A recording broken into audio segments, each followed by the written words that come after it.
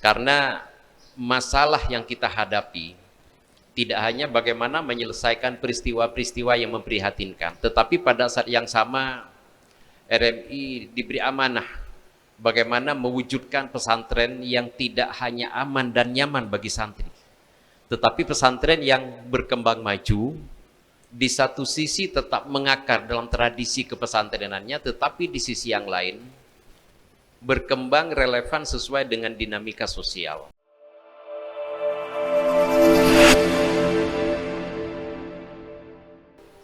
Assalamualaikum warahmatullahi wabarakatuh.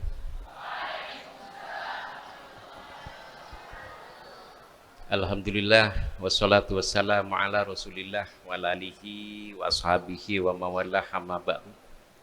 Yang mulia dan kita muliakan bersama Kiai Haji Yahya Khalil Stakuf, Ketua Umum PBNU,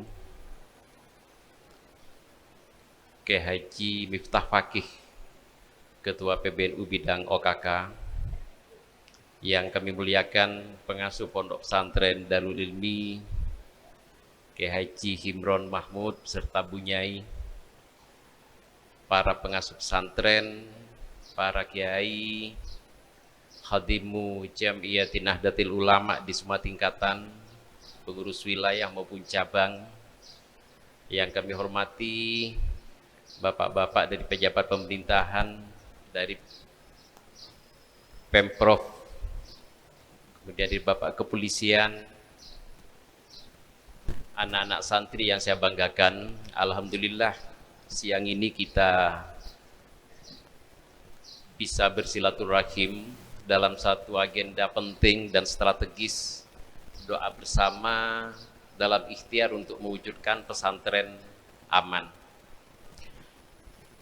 Beberapa tahun, 2 atau 3 tahun terakhir, kita menyaksikan ada begitu banyak berita di media massa tentang kasus-kasus kekerasan, bullying, dan semacamnya yang terjadi di pesantren. Itu merupakan masalah yang sangat serius, masalah yang sangat memprihatinkan dan membutuhkan penanganan dengan cepat.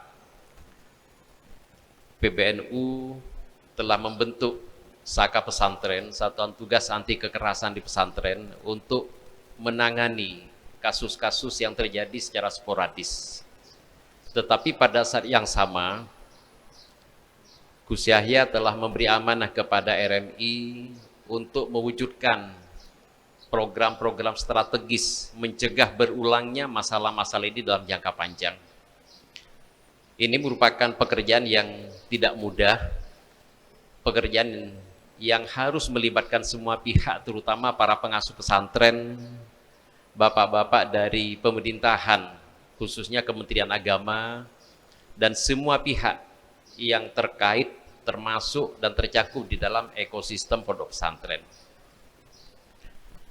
Karena masalah yang kita hadapi tidak hanya bagaimana menyelesaikan peristiwa-peristiwa yang memprihatinkan, tetapi pada saat yang sama RMI diberi amanah bagaimana mewujudkan pesantren yang tidak hanya aman dan nyaman bagi santri, tetapi pesantren yang berkembang maju, di satu sisi tetap mengakar dalam tradisi kepesantrenannya, tetapi di sisi yang lain berkembang relevan sesuai dengan dinamika sosial.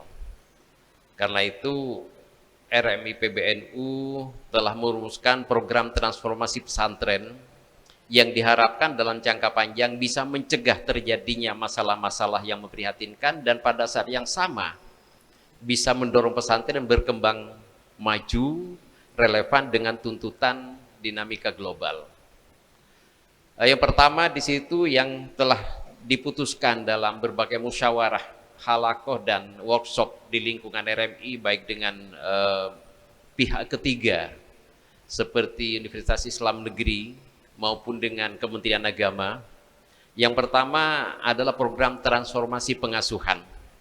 Ini mohon tidak dikaburkan dengan transformasi pengasuh, karena pengasuh itu tidak boleh kami sentuh. Pengasuh itu sangat mandiri, tetapi transformasi pengasuhan merujuk pada peran dan fungsi. Bagaimana hubungan antara pengasuh, antara ustadz dan ustadzah, antara musyrif dan musyrif dengan santri, itu berada dalam relasi yang saling menyenangkan. Ada perlindungan yang sangat jelas, ada usaha untuk menunjukkan suasana belajar yang nyaman bagi para santri. Yang kedua, transformasi kurikulum. Kita berharap bahwa kurikulum yang ada di pesantren, di samping tetap merawat tradisi yang diwarisi dari para masyayikh kita, juga berusaha untuk merespon perkembangan mutaakhir, bagaimana pemahaman ajaran Islam bisa kontekstual, bagaimana para santri memiliki bekal pengetahuan sesuai dengan dinamika global. Salah satu di antara program yang terkait dengan transformasi kurikulum, kami dari RMI PBNU memiliki kerjasama dengan beberapa pemerintahan di Timur Tengah, dan kita sedang merintis kerjasama dengan pemerintahan di Eropa, khususnya di Jerman dan di Belanda. Kita berusaha untuk memfasilitasi santri yang ingin belajar ke luar negeri dalam bentuk beasiswa. Santri-santri yang hafal 30 juz bisa melamar untuk mendapatkan beasiswa kuliah ke Maroko. Karena santri banyak yang tidak kuat hafal 30 juz, rata-rata hafal juz 30. Gus Yahya telah memberi amanah pada RMI untuk berkirim surat ke kerajaan Maroko menawar paling tidak santri yang hafal 15 juz punya kesempatan untuk mendapatkan beasiswa penuh belajar ke Maroko. Kemudian mohon kesempatan bagi santri yang ingin menghafalkan Al-Quran di Maroko sekaligus belajar bahasa Arab Maroko, itu juga diberi kesempatan. Kita telah mengirimkan surat 3 minggu yang lalu dan saat ini kita sedang menunggu jawaban. Kemudian yang ketiga, transformasi sumber daya manusia.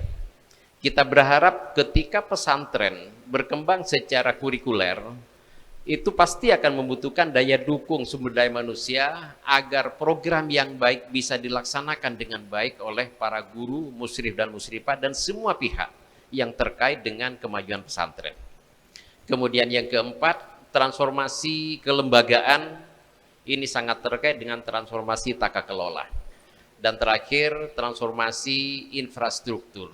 Nah, alhamdulillah di Darul Ilmi tata letak bangunan ini luar biasa karena lahannya sangat luas sehingga memungkinkan Kiai Himron Mahmud untuk meletakkan bangunan di beberapa tempat yang strategis sehingga ada banyak ruang terbuka bagi santri untuk bermain dan ruang yang aman dan nyaman untuk belajar.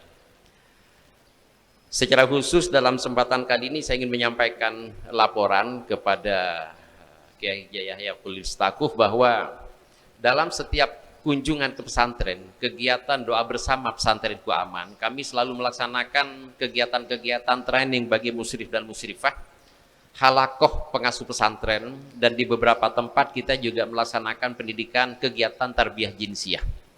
Hari ini merupakan halakoh yang ke-23 dari rangkaian halakoh yang selama ini kita laksanakan.